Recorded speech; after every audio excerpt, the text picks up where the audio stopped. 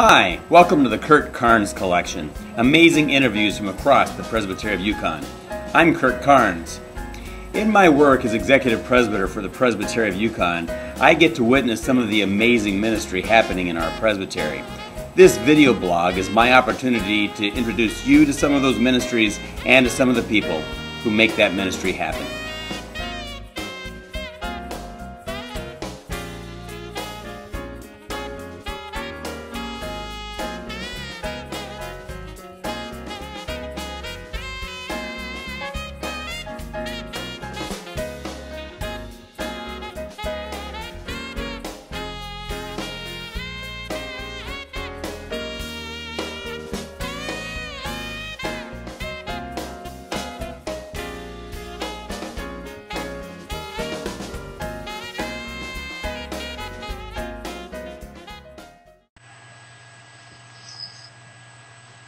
Today I have Dr. Sally Johnston with me via electronic connection. Sally is the outgoing director of Project YES, and YES is an acronym for Youth Exploring Service, and it's a ministry of the Presbytery of Yukon. Sally, I'm so glad you're here with us today. Well, thanks, Kurt. I'm really excited about this unique way of communicating a bit about Project YES. Even though I'm living about 4,500 miles away, my heart's still very much in Alaska and with this program. So thanks for making this possible. Well, absolutely. And I'm looking forward to trying out this method of kind of sharing a bit about what Project YES is about. So Sally, the Presbytery has been really excited about the fruit which Project YES is already producing. So maybe a way to start this conversation would be for you to tell just a little bit about what the ministry is about. Well, I'd like to share a little bit about three basic goals that are involved with Project YES that are very much interrelated. And, of course, the first one is developing leadership potential in Inupiat youth on the North Slope of Alaska in the Presbyterian congregations that are there. So the leadership potential of youth is kind of primary, but in backup in support of that is support of the adults who work with youth and care about children's and youth ministry that are working out in the villages. And so developing a village-to-village network of support for those adults is key to be able to support the youth in their leadership development.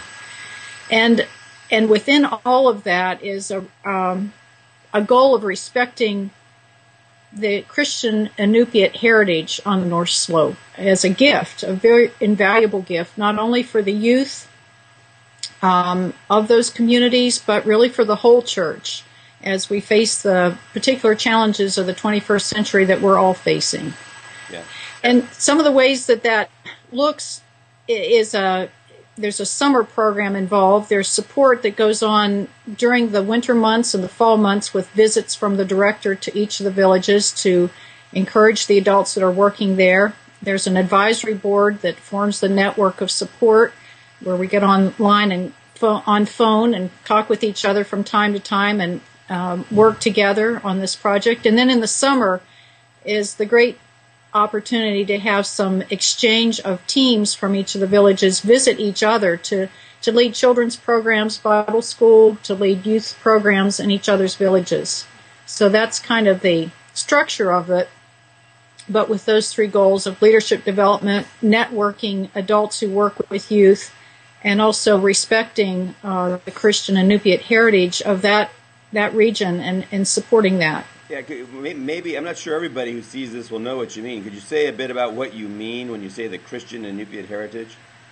Well, the church has been on the North Slope for over 100 years. The Barrow Church celebrated its 100-year anniversary just a couple years ago. The village of Anaktuvik Pass, where I lived for 4 years, celebrated its 50th anniversary. So the Christian church has been there for quite a while, and the elders of those villages, the village elders, have a lot of stories and experiences of church leadership and the impact of the church in that region. The church in that region, just like the church in the lower 48, is becoming a gray church, and the young people of our communities need to know their heritage, their Christian heritage, and in that particular place, know their Inupiat heritage and how those two interact. And I think they're particular valuable models of leadership and valuable models of the way people relate to the land, care for the earth, that are all a part of the unique perspective that our Inupiat elders carry within their memory and are now have an opportunity and need the opportunity to pass along to their young people who need that heritage to sustain them into the future. Absolutely. So it's an approach that really fits the context then of that cultural group. That's the real heart of the program, is to be a place-based ministry that respects what the gifts are in that community and seeks to bring that forth, both the leadership potential and just the heritage, and help youth to value their heritage, both their Christian heritage and their Inupiat heritage. Yeah, absolutely. Now you just completed the second year, and it seems like it's a progressive thing, that what happens one year leads to the next year. So what's different in year 2 compared to year 1?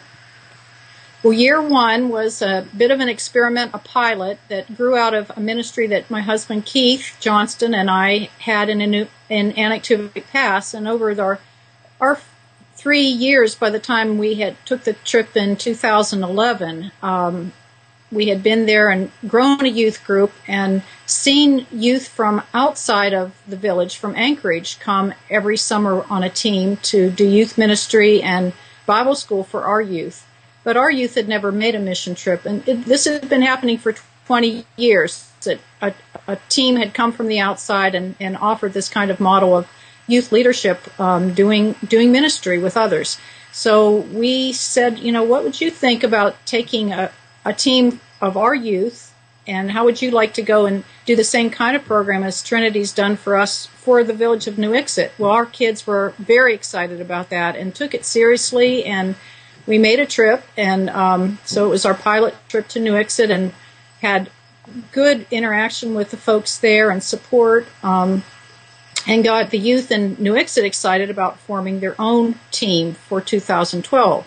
So in 2012, we moved from one village visiting another village to an exchange between villages, where Nuiqsut prepared a team to come to Anaktuvik Pass. Anaktuvik Pass took a trip to Wainwright and involved a new team, a new group of thinking about 2013, that Wainwright might have a team ready to be a part of this exchange for 2013. And one other new thing that happened was that our old partners from Trinity and Anchorage saw the vision of what we were trying to do. When they were there in summer of 2011 and we were getting ready to take our kids to Nuiqsut, they said, wow, next summer we ought to think about a whole new model for the way we're involved in Anaktuvik Pass. Instead of coming to do ministry for the children and youth of Anaktuvik Pass, we should come and do ministry with. So it's from a ministry for others to a ministry with others, a real partnership between these two congregations. And so I thought that was very exciting, and added a new dimension of a cross-cultural experience of thinking about leadership. We exposed our Anchorage youth to village elders who talked with all of the youth about leadership experiences they had, their growing up in the region of Anaktuvik Pass, being nomadic and having the influence of the church, building their own church. These kids who perhaps didn't understand the history of the church in Anaktuvik Pass from Anchorage came to understand more that church is deeply rooted, and to respect and appreciate the presence of the church on the North Slope. Mm-hmm. Wow. It's cool the way it begins with one church, and you started reaching out to other churches in the North Slope, and now it's even affecting an urban church. It just seems to be a growing movement. It's pretty great. I think that is what is God's had. The way I experience it, God puts a green light on an idea, and green light keeps on with new dimensions of it unfolding. So that's the way I see this project. That it's a very, very green and hopeful kind of project. Well. So now, after you've been through 2 years, you've been working with an advisory board. You've got adult leaders. You've got youth who are leaders. What's next? What are their dreams? What are you hearing from the folks involved? Well, in my most recent visit to Anaktuvik Pass, a conversation with the congregation there, what emerged was the hope and dream that the next director could come from one of the villages that are currently involved, or one of the villages on the North Slope that will be seeking a new director to start as early as January of 2013, and they talked about working with the board that's been advising Project YES to seek out an appropriate person or candidates for this position that would actually come from one of the villages, which would be a very exciting thing to happen for this program and for the churches up there. Exactly. The Presbytery is currently seeking donations to fund the director part of and the administration of the program. And I'm going to end here in a minute by telling people how they can give if they want to help support that ministry. But it's not just the Presbytery. The village churches have to participate in the funding too. Can you tell me a bit about what the village funding pays for and how those funds are raised? Well, some of the listeners may not understand the fact that all of these villages are not connected by roads. The only way to get in and out of the villages is through air travel. And we're very fortunate to have, in this past year, developed a partnership with a Mission Aviation Repair Center. It's called MARC, that makes affordable transportation possible for those doing mission trips in Alaska. And so even though we have that help, that it's not as expensive as commercial air, it's still a significant item in the budget. And the local churches, the local congregations, their goal is to try to put the funds together through their own donations, their own church offerings, as well as support that they have available in sometimes their local village corporations are able to provide donations for a project like this that benefit the youth in the community.